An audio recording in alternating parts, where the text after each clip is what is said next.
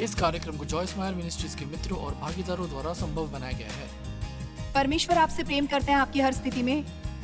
वो सोचते हैं आप क्यूट हैं, वो सोचते हैं आप फनी हैं, वो आपकी कुछ कमियों को पसंद करते हैं। और जब तक कि आप बढ़ रहे हैं, केवल यही एक बात है जिसके बारे में आपको चिंतित होने की जरूरत है।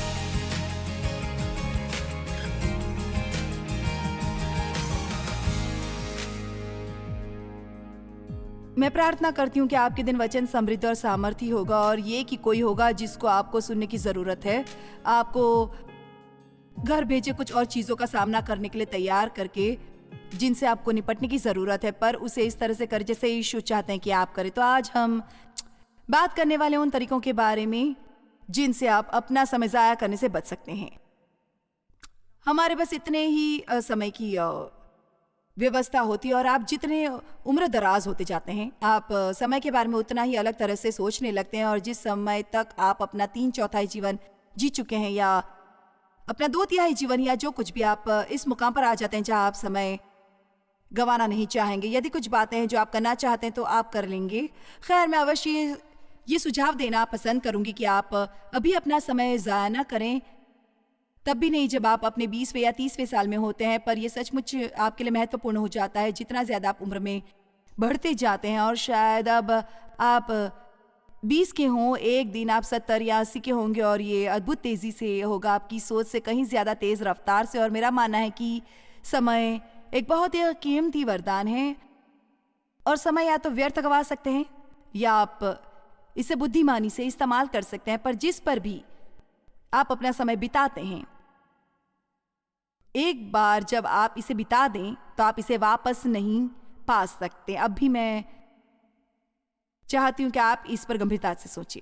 यदि ये 1 घंटा हो गया, या 1 सप्ताह, या ये जो भी हो, यदि आप 3 दिन क्रोध में बिताएं तो आपने वो 3 दिन पूरी तरह गवा दिया, और आप कभी उन दिनों को वापस नहीं पाएंगे, कभी भी नहीं। शुरुआती सालों में जब डेव का और मेरा विवाह हुआ, मुझ में तब भी एक बेकाबू गुस्सा था। मुझे याद है मैं क्रोधित थी, जो अक्सर होता था।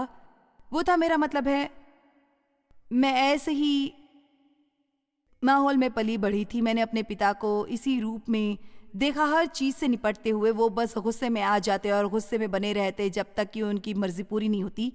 तो यही मैंने किया। और मुझे याद है डेव ने मुझसे कहा कि क्या ये बहुत खराब नहीं होगा यदि यीशु आज वापस आ जाए और तुम इस धरती पर अपने जीवन का अंतिम दिन अपने क्रोध में बिताओ और अपने साथ इस तरह से। और उसने सचमुच मुझे रोका और सोचने पर मजबूर किया। बहुत सी बातें हैं जो हम करते हैं, वो पूरी समय की बर्बादी है, उनमें कुछ भला नहीं होता। तो आज मैं कुछ बातें आपसे साझा करने वाली हूँ, और मुझे यकीन है कि आप अपनी से कुछ और बातें याद कर सकते हैं। ये कैसा रहेगा यदि हम एक वचनबद्धता लें कि अपने समय का निवेश करना शुरू करें, बजाय अपना समय ज़ाया करने के, क्योंकि हम अपने जीवन के अंत में नहीं आना चाहते और पीछे मुड़कर देखें और अफसोस के सिवा कुछ ना हो। मेरे ख्याल से ये एक बहुत ही दुख भरी बातों में से एक है जो एक व्यक्ति के साथ हो सकती है। वो ये है कि उसे लौटने में बहुत देरी हो जाए, और वो करे जिसकी कामना आप करते हैं कि काश आपने ये किया होता, और बस उस पर अफसोस करते हैं जिस पर आप जिए हैं और आपके पास सही करने का रास्ता ना हो। तो पहली बात जो पूरी तरह समय की बर्बादी है, वो है जिसके बारे में बाइबल कहती है निर्जीव कार्य। तो ये निर्जीव कार्य क्या होते हैं? खैर, कार्य निर्जीव होते हैं हमारी ऊर्जा उसे करने की कोशिश में जो केवल परमेश्वर ही कर सकते हैं। जानते हैं ये कितना कठिन होता है कि कुछ ऐसा किया जाए जो केवल परमेश्वर ही कर सकते हैं, और जितना ही आप इसे करने की कोशिश करते हैं तो उतना ही ज्यादा गड़बड़ी आप करते जाते हैं हर बात में। क्या किसी को इसमें से किसी बात का कोई अनुभव हुआ है? हम इसे स्पष्ट रूप से इब्राहिम और सारा के संदर्भ में देखते हैं, जब वो एक बच्चा चाहते थे और परमेश्वर ने उनसे एक प्रतिज्ञा की थी, और ये ऐसी प्रतिज्ञा थी जो परमेश्वर के बिना पूरी होना असंभव था, क्योंकि वो बच्चा पैदा करने की उम्र से कहीं आगे निकल चुके थे। अब्राहम 100 का था, सारा भी उसके करीब थी अपने 90 के वर्ष में मेरे ख्याल से, और वो गर्भधारण करने की उम्र पार कर चुकी थी, और उनका अपना बच्चा कभी नहीं हुआ था। परमेश्वर ने उन्हें प्रतिज्ञा दी थी कि उन्हें हो सकता है, पर वो इंतजार करते करते थक गए थे। क्या कभी कोई इंतजार करते थक जाता है?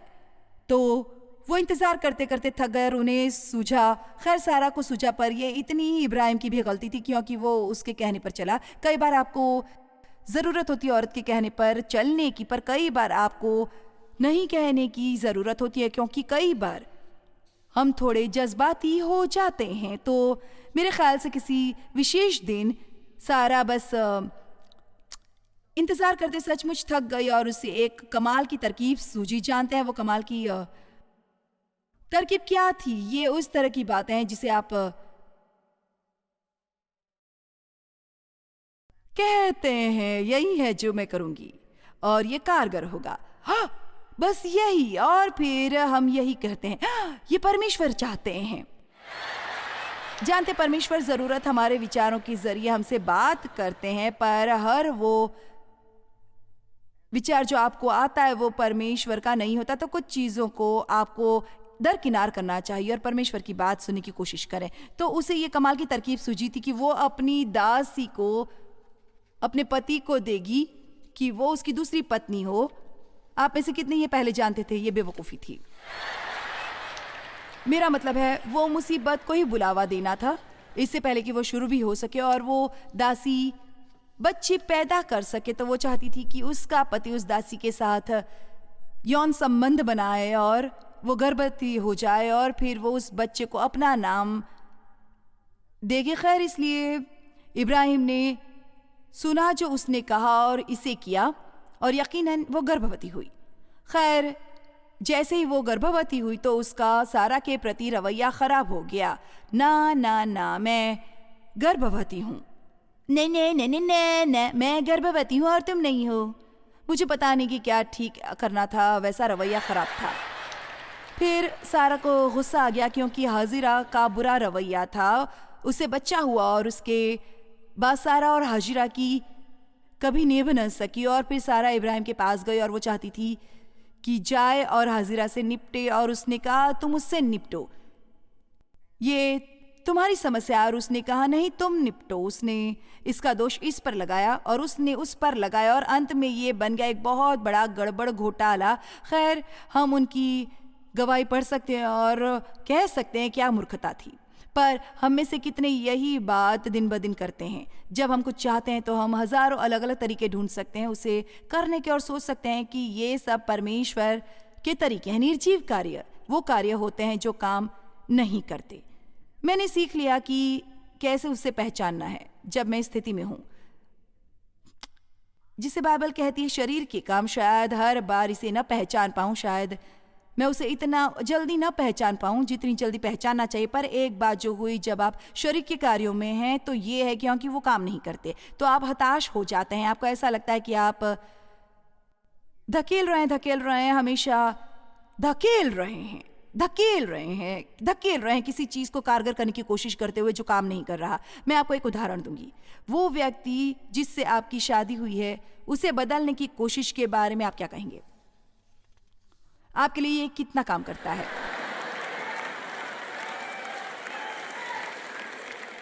ये बस इतना उत्तेजित कर देता है क्योंकि आप नहीं चाहते कि वो करे जो आप नहीं चाहते कि वो करे, या ऐसा चाहते हैं वो वही करे जो आप चाहते हैं।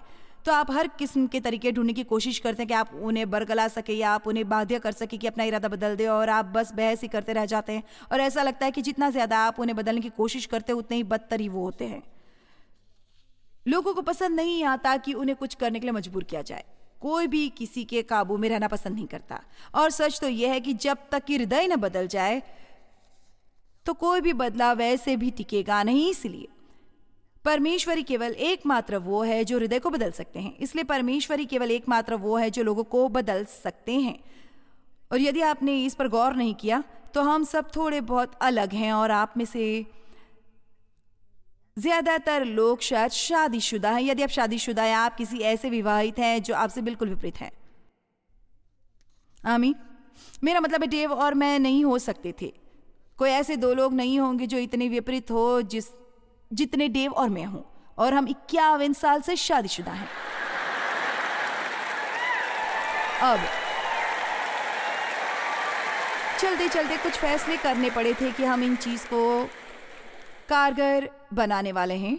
हम दोनों को अपने हृदय में किसी सहमति पर पहुंचना पड़ा था कि हम एक दूसरे को बदलने की कोशिश करना बंद करने वाले हैं। क्या मैं आपको बता सकती हूँ कि यदि आप एक विस्थायी विवाह चाहते हैं और अपने घर में शांति चाहते हैं तो आप घर पर जा सकते हैं और आप उस व्यक्ति को बदलने की कोशिश बंद कर सकते हैं जिससे आपकी शादी हुई है। मैंने कहा आप घर जा सकते हैं। और जानते मैं सचमुच आक्रामक किस्म की हूँ और डेव वो है जो इंतज़ार करता है। खैर चलो इंतज़ार करें और देखें। मैं इंतज़ार करके देखना नहीं चाहती, मैं कुछ करना चाहती हूँ। इसलिए मैं उससे कहती तुम हमेशा परमेश्वर से 9 मील पीछे हो और वो कहता हाँ और तुम हमेशा उनसे 9 मील आगे हो। पर देखिए सचमुच सच्चाई यह है कि क्या कारण है कि आप किसी अलग मनुष्य के साथ जुड़ जाते हैं जो आपसे विपरीत है। यदि आप सीख ले कैसे इकट्ठे काम करना है तो कोई समस्या नहीं होगी। आमीन। पर अक्सर होता क्या है, 2 लोग विवाह करते हैं या 2 दोस्त किसी रिश्ते में जुड़ते हैं या ये आपके बच्चों के साथ होता है। अब हर एक को अपनी तरह बनाने की कोशिश करते हैं और ये बेवकूफ़ी है क्योंकि बहुत बार आप खुद को भी पसंद नहीं करते और आप हर दूसरे व्यक्ति को अपनी तरह बनाने की कोशिश कर रहे हैं तो आप उनको पसंद नहीं करेंगे उनसे ज़्यादा जितना कि आप करते हैं। हम सब अलग हैं, आप कोई और नहीं हो सकते हैं, तो बेहतर है आप वो बनने में माहिर हो जाएं जो आप हैं। परमेश्वर कभी भी आपकी मदद नहीं करेंगे कोई और बनने में बजाय उसके जो आप हैं। और ना केवल ये आपको ज़रूरत है खुद से प्रेम करें और खुद की कद्र करें और ये कि हमेशा अपनी सभी कमज़ोरियों को ही न घूरते रहें पर अपनी शक्ति की ओर देखें और उससे परमेश्वर द्वारा इस्तेमाल होने दें इस धरती पर उनके मकसद के लिए। जब आप ये कोशिश बंद कर देते हैं कि आपके बच्चे वो बने जो आप चाहते हैं कि वो बने। बहुत बार हम अपने अधूरे सपने जीना चाहते हैं अपने बच्चों के जरिए। हम चाहते हैं कि वो करें जो हम चाहते हैं कि वो करें और एक ही चीज़ जो होगी वो ये है कि वो आपको अंत में पसंद नहीं करेंगे और शायद ये भी कि शायद वो आपसे किसी किस्म का रिश्ता भी न रखना चाहते हैं क्योंकि हर कोई आज़ाद होना चाहता है अपने खुद के चुनाव करने के लिए। बाइबल में लिखा है लड़के को शिक्षा उसी मार्ग की दे जिसमें उसको चलना चाहिए और एम्पलीफाइड में लिखा है उसके अपने झुकाव या व्यक्तित्व के अनुसार एक बच्चे को ऐसी शिक्षा दो जिस मार्ग पर परमेश्वर चाहते हैं कि वो चले, ना कि उस मार्ग पर जिस पर आप चाहते हैं कि वो चलें। खैर मेरे 4 बच्चों को पाला पोसा है और वो सब जीवित हैं और मैं भी हूँ। पर मैं आपको एक बात बता दूं, मेरे पास ये सब करने का समय नहीं है। उनमें से हर एक का साथ ऐसा करने के लिए मेरे पास समय नहीं था। वो बातें जो मैंने सोची की और कुछ हो ही नहीं सकता कि हम कामयाब होंगे। मेरी बेटियों में एक खासकर बहुत गड़बड़ी वाली, अव्यवस्थित, बहुत भुलक्कड़ और गैर जिम्मेदार थी और मैंने सोचा कि यकीनन जब कभी वो घर छोड़कर जाएंगे तो वो खुद से लापरवाह हो जाएगी और नहीं जान पाएगी कि वो क्या कर रही थी। और एक बात जो बहुत अजीब है वो ये है कि अब वो बेटी जो मेरी सबसे बड़ी बेटी है उसका नाम है लॉरा। असल में उसने खुद को एक पदवी दी और वो खुद को कहती है मॉम इज़र क्योंकि वो मुझे और मेरे जीवन को मैनेज करती है। मेरे जीवन को वो मेरे सभी बिलों का भुगतान करती है, वो मेरे सभी काम करती है, वो मेरे साथ इतनी बातों में कदम मिलाकर चलती है और वो इतनी ईमानदार है, इतनी शानदार है। और मैं बस उस दिन बात कर रही थी, उससे कहना चाहती थी तुम मेरी जिम्मेदारी लेना कैसे पसंद करोगी। देखना परमेश्वर ने इसे करने के लिए मेरा अभिषेक किया है। इसने सचमुच मेरी मदद की है बड़े होने में और यहाँ तक खुद के बारे में बेहतर महसूस कराने में। आप कई बार हैरान हो सकते हैं कि ऐसी चीज़ें जो आप करने में सक्षम हो सकते हैं यदि आप बस थोड़ा जोखिम उठाएं और बाहर निकलें और उन्हें करने की कोशिश करें। मैंने कभी भी अपनी कल्पना में ये नहीं सोचा था कि वो मेरी देखभाल कर पाएगी क्योंकि मैं ये भी नहीं सोच सकती थी कि वो खुद की देखभाल करने के काबिल है। तो मैं आपको ये बता रही हूँ कि आप अपने बच्चों के प्रति आशावान रहें, चाहे इस समय वो जिस किसी भी स्थिति में हो। हालात और बेहतर होने वाले हैं। आमीन। यदि आप अपने जीवन का आनंद लेना चाहते हैं तो मैं चाहती हूँ कि आप उसे सुने जो कहने की मैं तैयारी कर रही हूँ। आपको लोगों से प्रेम करना है उसी स्थिति में जहाँ वो हैं, ना कि वहाँ जहाँ आप चाहते हैं कि वो हो। आप उनसे प्रेम करें, वो जिस भी स्थिति में हो, ये ना चाहें कि वो वही करें जो आप चाहते हैं। बिल्कुल यही यीशु हमारे लिए करते हैं। वो हमसे उसी मुकाम पर प्यार करते हैं जहाँ हमें, और फिर उस बिना शर्त प्रेम के कारण हम उसकी प्रतिक्रिया में जवाब देते हैं, वो बनकर जो वो चाहते हैं कि हम बने। यदि आप लोगों को सही मात्रा में प्रेम और स्वीकृति दें तो हो सकता है वो आपको वो सब देने की स्थिति में आ जाए जो आप चाहते हैं, बजाय इसके कि आप सारा समय उन्हें धकेलते रहें कि वो बदले। एक और बड़ी बात जिसे मैं कहूँगी शरीर का कार्य, वो ये है कि खुद को बदलने की कोशिश। अब ये शायद थोड़ा अजीब सा लगे क्योंकि आप उपदेश सुनते हैं कि तुम्हें ये करने की ज़रूरत है, तुम्हें वो करने की ज़रूरत है, और मैं आपको बताती रहूँगी कि कैसे आपको ज़रूरत है घर जाकर आत्मा के फल में चलने की, और कैसे आपको ज़रूरत है घर जाने की और दूसरे लोगों की मदद करने की। यदि आप घर जाएं और इसे करने की कोशिश करें बिना परमेश्वर को इसमें शामिल किए तो आप सफल नहीं हो सकते। शरीर का कार्य या तो ऐसी योजना है जो हमने बनाई है अपने जीवन में कुछ करने की कोशिश करने के लिए, जिसे करने का निर्देश परमेश्वर हमें नहीं दे रहे, या ये कुछ ऐसा हो सकता है जिसे करने के लिए परमेश्वर ने हमें दिशा निर्देश किया है पर हम इसे बिना परमेश्वर की सहायता के करने की कोशिश कर रहे हैं। और हमें ये जान लेने की ज़रूरत है चाहे कितनी भी बार हम सफल हो जाए, अगर परमेश्वर नहीं चाहते तो हम अगली बार सफल नहीं होंगे।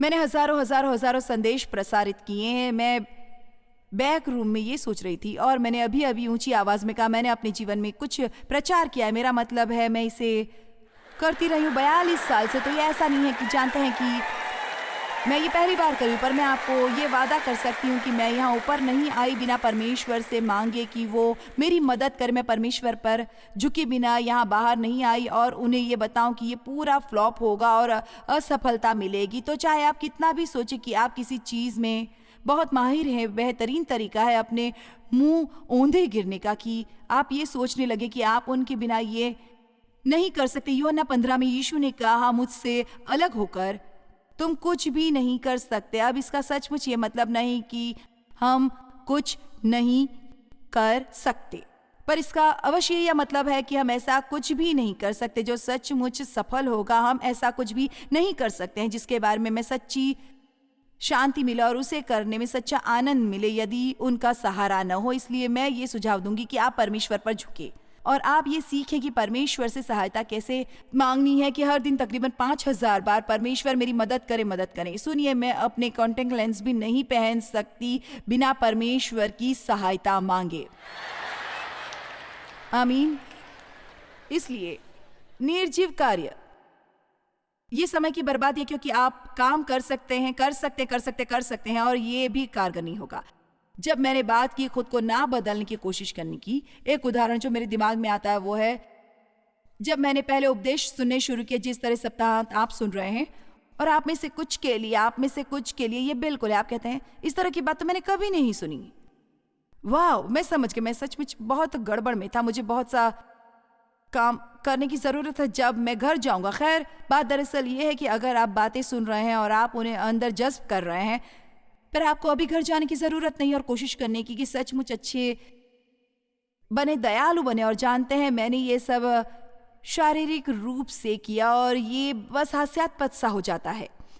पहला वचन का चर्च जिसमें मैं गई, इससे कहने का मतलब यह है कि जो चर्च सचमुच वचन का प्रचार कर रहा था, पास्टर की पत्नी मेरे से कितनी अलग थी, और मैं उस चर्च में एक बाइबल स्टडी की शिक्षा दे रही थी और वो पास्टर की पत्नी है और वो इतनी प्यारी और छोटी सी, सुनहरे बाल और नीली आंखें और अपने पति से इतना अधीन, और मैं बस ऐसे हूँ जैसे जानते हैं कि तूफान अंदर घुसा है।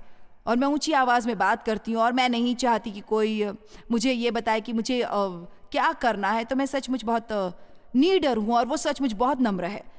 खैर, हमें आपस में निभाने में बहुत कठिनाई आई। किसी कारण लगता था कि हम बस निभा नहीं पा रहे थे। एक बात जो बहुत दिलचस्प है, जब अंत में हम इसकी तह तक पहुंचे, तो वो ये बात थी कि मैं उस जैसी बनने की कोशिश कर रही थी और वो मुझ जैसी बनने की कोशिश कर रही थी। मैं सचमुच बहुत प्यारा बनने की कोशिश कर रही थी। मैंने यहाँ तक कि मैंने असम ये भी किया, मैंने अपनी आवाज़ भी नीचे करने की कोशिश की और थोड़ा प्यारे ढंग से बात करने की कोशिश की, और जानते हैं थोड़ा और ज़्यादा नम्र होने की और थोड़ा और धीमे चलने की। और जानते हैं कोई कहता है ये तुम्हें क्या हो गया है, तुम क्या कर रही हो, जानते हैं। और फिर मैं सोचती कि बेशक यही तरीका है, यदि मैं हूँ तो आप उसे पसंद नहीं करते, यदि मैं वो करने की कोशिश करूँ जो मेरे ख्याल से मेरे में नहीं है। आप बस लोगों को खुश नहीं कर सकते। मुझे याद है मैंने उपदेश सुने थे मुंह और शब्दों की सामर्थ्य पर, तो मैं कहती थी बस यही तो, मैं अपना मुंह बंद रखूंगी, यदि मुझे यही करना पड़े तो मैं यही करूंगी। और मैं सचमुच कुछ भी नहीं कहती। देखें, शरीर हमेशा हदें पार कर सकता है, या तो ये नहीं करेगा या हद से ज्यादा करेगा। तो मैं बहुत ज्यादा बात करती हूं। अब मैं ये उपदेश सुनती हूं कि शब्द कितनी सामर्थी हैं, इसलिए मैं अब बिल्कुल भी बात नहीं करूंगी। इस बात को सुनिश्चित कर लें कि मैं खुद को मुसीबत में डालूं। खैर, मुझे याद है वो दिन, और मुझे इतनी खुशी है कि परमेश्वर ने मुझे अनुग्रह के बारे में सिखाया, और ये अनुग्रह ही वो एकमात्र चीज़ है जो मुझे बदल सकता है, और वो मैं करना चाहती हूँ। यदि आप वो करना चाहते जो सही है, और परमेश्वर आपका हृदय देखते हैं और आप उनसे मांगते हैं कि वो आपकी मदद करें, वो आपको बदल देंगे। वो आपको बदल देंगे जब आप वचन का अध्ययन करते हैं और जब आप परमेश्वर के साथ समय बिताते हैं। मैं आपको कुछ बताना चाहूँगी, यदि आप वो बातें जो आप अपने चर्चों में सुनते हैं कि वो आपके जीवन में काम करें, आपको जो करने की ज़रूरत है वो ये है कि यदि कुछ बातें हुई हैं जो सचमुच आपके सामने उजागर हुई हैं और आप सोचते हैं भाई सचमुच मेरे जीवन में इसकी ज़रूरत है, मुझे और ज़्यादा स्थिर रहने की ज़रूरत है, मुझे और ज़्यादा क्षमा करने की ज़रूरत है, मुझे इतनी जल्दी गुस्से में आ जाने की ज़रूरत नहीं है। चलो गुस्से को ही एक उदाहरण के रूप में ले लें, तो बजाय घर जाने के और कोशिश करने के कि गुस्से में ना आए, एक बात जो आपको सचमुच करने की ज़रूरत है वो ये है कि क्रोध पर दिए गए वचनों का अध्ययन करें, गुस्सा ना करें। ये ना सोचे कि बस क्योंकि आपने मुझसे एक उपदेश सुन लिया है कि आप घर जाएंगी और जादुई तरीके से वो समस्या गायब हो जाएगी, क्योंकि मैं आपको वादा कर सकती हूँ कि शैतान आपकी परीक्षा लेगा। यदि और कुछ नहीं तो वो आपके लिए कुछ विशेष हालात पैदा कर देगा, बस आपकी परीक्षा लेने के लिए। तो ये है जो होगा, आप असफल हो जाएंगे यदि आप इस अपने बल पर करने की कोशिश करेंगे। फिर शैतान आपको कहेगा देखा उस मीटिंग में भेजने से क्या हुआ, तुम तो बिल्कुल नहीं बदले। शैतान क्या एक झूठा है, बस यही वो करना चाहता है। हमें सीखना होगा कि कैसे उसके झूठ से बचे। तो आप घर जाते हैं और आप कहते हैं ये कुछ ऐसा है प्रभु जिसमें मैं सचमुच बढ़ना चाहती हूँ और मुझे आपकी मदद की ज़रूरत है। अब मेरी बात सुनिए, मुझे आपकी मदद की ज़रूरत है। मैं अपने बल पर यह नहीं कर सकती। मेरे हृदय में है कि मैं बदलना चाहती हूँ, पर मैं आपसे अलग होकर इसे नहीं कर सकती और मैं इसी के साथ बनी रहूँगी जब तक मुझे विजय प्राप्त नहीं होती। तो मैं आपको मिलते हैं 6, 7, 8 शास्त्र वचन जो क्रोध से निपटते हैं। आप उन्हें देखते हैं, आप उनका अध्ययन करते हैं, आप उनको इतना देखते हैं कि आप उन्हें याद कर लेते हैं। आप उस विशेष बात पर परमेश्वर के साथ समय बिताते हैं। मैं हमेशा लोगों को ये बताती हूँ कि परमेश्वर का वचन एक दवाओं की अलमारी की तरह है, और यदि आपको सर दर्द होता है तो आप जाकर अपने सिर पर बैंडेड नहीं लगाते, और यदि आप में गुस्सा है तो समृद्धि का अध्ययन करने से आपकी मदद नहीं होगी। आपको विशेष बात का अध्ययन करना है एक विशेष समस्या के लिए। ये बिल्कुल ऐसा है जैसे आप अपने प्राण के लिए दवा लेते हैं, और आपको ये भी जानने की ज़रूरत है कि आपको बहुत जल्दी में रहने की ज़रूरत नहीं है, क्योंकि बाइबल में लिखा है 2 कुरिन्थियों 3:18 में वो ये है कि जब आप परमेश्वर के वचन में देखते हैं तो आप ये देखने लगते हैं कि आपको क्या होना चाहिए, और हम देखते हैं कि हम क्या हैं, और ये कि परमेश्वर हमेशा महिमा दर महिमा बदलते जाते हैं। इसका मतलब है थोड़ा थोड़ा करके, और ये होता है परमेश्वर के आत्मा द्वारा, मेरे अपने इरादों द्वारा नहीं, मेरे खुद की इच्छा शक्ति द्वारा नहीं, पर परमेश्वर हमें बदलते हैं क्योंकि वो हमारा हृदय देखते हैं और हम सही मार्ग पर इससे ले चलते हैं। और मैं आपको ये बता सकती हूँ कि यदि यहाँ 50 लोग हैं, वो शायद अपने जीवन में आत्मिक सिद्धता से अलग अलग पड़ाव पर हों, पर जब यीशु वापस आएंगे हर कोई शीघ्र ही संपूर्ण हो जाएगा और हम वो बन जाएंगे जो होने की हमें जरूरत है। आपको मंजिल पा लेने की जरूरत नहीं, आपको बस अपने रास्ते पर होने की जरूरत है। आमीन। खैर, हम अपना समय गंवाते हैं जब हम वो करने की कोशिश करते हैं जो केवल परमेश्वर ही हमारे जीवन में कर सकते हैं। पर जब हम उन पर भरोसा करते हैं तो वो हमें बदल सकते हैं और हमें बहुत फलदायी बना सकते हैं, और उनकी सामर्थ्य और शांति हमारी हो जाएगी। हम जीवन की यात्रा का आनंद लेंगे।